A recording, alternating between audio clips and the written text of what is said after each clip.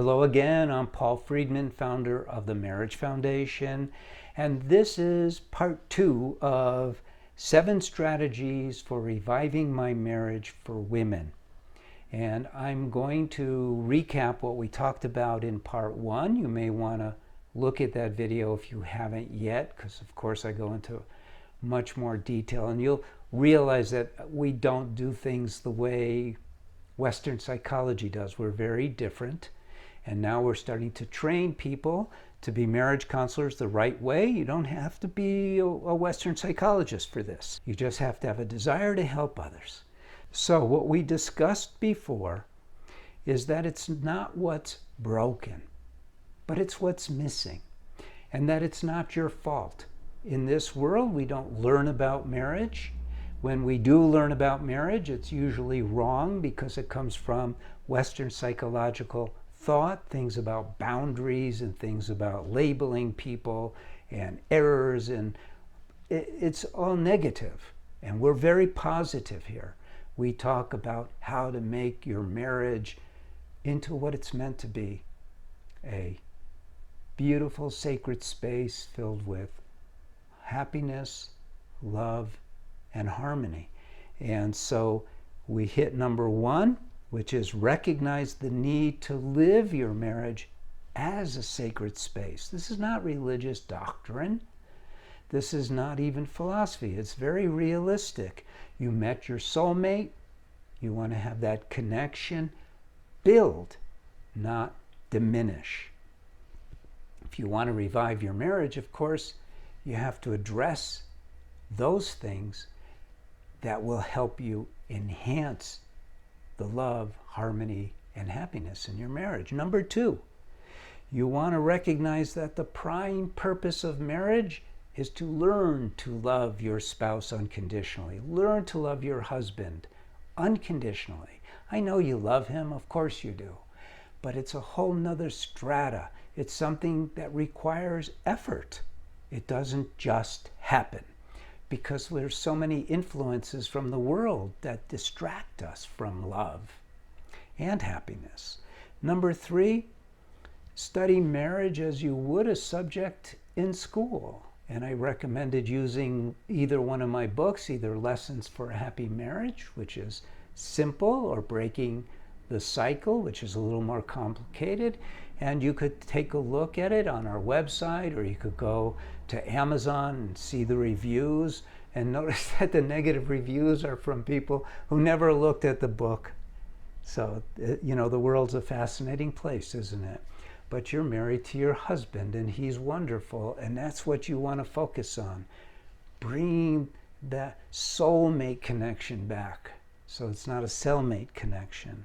And then number 4, I suggested recalling your first memories, recalling how you treated each other, and keeping that enthusiasm and that attention to him foremost in your mind. You have free will. It doesn't just slip away on its own. You are choosing. And so that's important to remember that he's your soulmate. You love him and you don't want to lose him. You want to make your marriage grow and grow and grow. So now we get into number 5. So this topic is about sex. It's one of the most misunderstood topics in the world today. And it's misunderstood because, as sophisticated as we are so tied to material things that we have turned, and we're human beings, so we're already spiritual beings, but we turned sex into a recreational thing instead of what it's intended to be as married people. So, you know, just the fact, was that as good for you as it was for me, is saying a lot, isn't it? When you ask that question, when you have that in your mind, well, did I come? Did he come? It's like, it's not about love when you see sex that way. And you can make it all about love, all about building that connection between you, but it requires using your free will while you're having sex, while you're showing affection, to visualize your heart opening up. Visualize liquid love pouring over and into your husband. You see, it becomes a very deep and very incredible thing when you see sex differently than how it's portrayed in the world today as this game. It's insane. It diminishes us. We're human beings. We're given these amazing gifts from God to experience love in everything that we do. But between you and your husband, especially that. And oftentimes what happens is men and women start having less and less sex because it's just a material thing for them. You should have plenty of sex, but you need to lift it up into what it's meant to be, instead of just going along with your pleasure-seeking mind. Your soul, which is what you are, seeks love, and that's where you have to go. Number 6. This is going to be, it's going to sound like I'm telling you to do something that you came here to find out how to do. But listen to me, listen to this all the way. Number 6 is make yourself into a truly happy woman. This does not mean getting a hobby. This doesn't mean busying yourself with the kids. This doesn't mean this or that. We are naturally joy because we are the soul. But we've lost touch with that because we get into the mundane life and we live the regular life fully sometimes, and then we don't realize how much we're missing. How many people on their deathbed say, I don't know if this was worth it. But it is worth it if you know how to live your life. What makes us happy? Being, if we don't pay attention to the mind. This is something that I learned about when I first started working with couples almost 23 years ago, that it's like there's this battle between us, the soul, and our mind. Our mind is filled with habits, miscalculations that we repeat over and over and over. It drives us. It drives all our behaviors, all of our thinking. And, you know, there's a passage in one of the scriptures, I can't remember where or which scripture, be still and know that I am God. This is like of primary importance. God is love. Be still means shut out the mind's nonsense. And there's methodology for that. And we teach it, like in the courses for women, in the books even. You can learn how. Or you could go take a meditation class somewhere. But you are joy. You're joy itself. And as a woman, you're more than that. You're love itself. Become that. Consciously, deliberately, proactively, methodically, become joy. And watch what happens to your marriage. Oh my God. Because, you know, it's like a marriage is a container. Think of it as a container.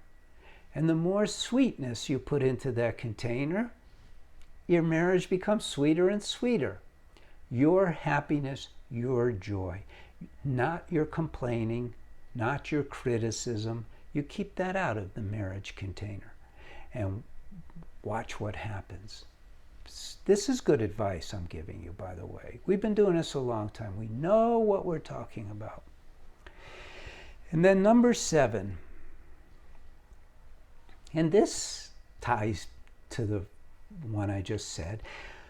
Make opening your heart. You know, you think your heart is open. But when you start working on opening your heart, you'll realize, oh my God, I didn't have to say that. I didn't have to think that way. Why did I? Da, da, da, da. It's because the mind has control over you.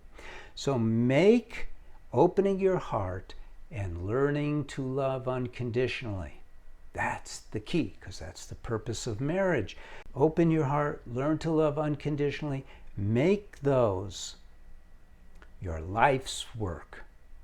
And your marriage will just perpetuate in that way. It's an amazing thing because you, as an individual, tied to your husband, your soulmate, what you do affects him, affects your marriage. It's so beautiful when you start to realize what marriage is. And then you'll start to realize, wow, everything I've read about marriage is stupid. It's true. Sad to say, but it's true. But what we have here is the real deal. And that's why we're trying, and we've been helping people now for a long time. We've polished up everything we have. People are really seeing miracles in their lives, and we're trying to get more people to help us with that by becoming marriage counselors. So consider that. Look into it. Look into it. And other than that, like the video, and if you want to see more of these videos, you know what to do.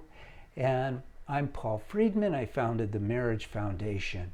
God bless you, and take care. And let me know how you like this video. Leave a comment. Take care.